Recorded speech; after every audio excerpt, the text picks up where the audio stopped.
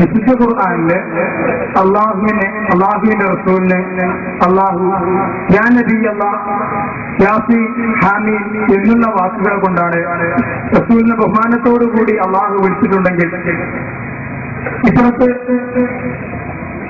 അഥവാ സാധാരണക്കാരായ ജനങ്ങളെ നിങ്ങൾ പറ്റിക്കുന്ന മൊഴീസാവുണ്ടല്ലോ, അതിൽ പറയുന്നത് എന്താണ്? യാ ഹബീബി യാ മുഹമ്മദ് യാ അറൂസൽ ഖാഫിഖൈൻ യാ മുഅയ്യദ് യാ മുമജ്ജദ് യാ ഇമാമൽ ഖിബ്ലതൈൻ എന്നുള്ളതും.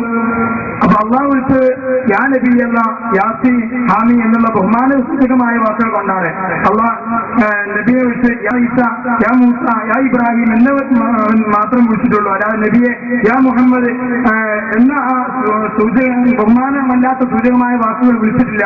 അത് രണ്ട് പേരുമല്ലേ ചേർന്ന്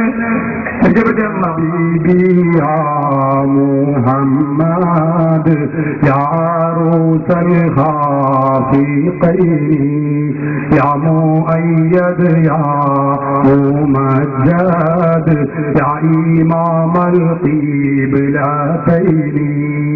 ഞങ്ങളെ യാ നബി സലാം അലൈക്കും യാ റസൂൽ സലാം അലൈക്കും.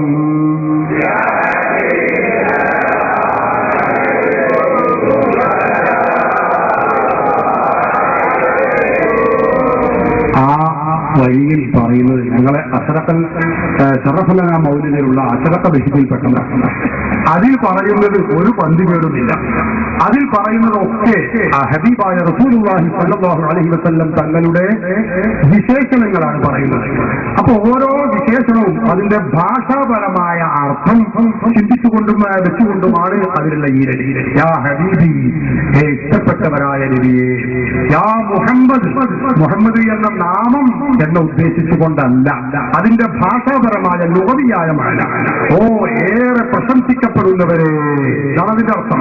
യാ മുഹമ്മദ്, യാ മുമജ്ജദ്, യാ മുഅയ്യദ്, അവിടെയൊക്കെ അങ്ങനെയാണ് അതിന്റെ ഭാഷാപരമായ ഒരു പദപ്രയോഗം. അതായത് ഓ പ്രശംസിക്കപ്പെടുന്നവരെ എന്ന അർത്ഥത്തിലാണ് അവിടെ പ്രയോഗിച്ചിട്ടുള്ളത്.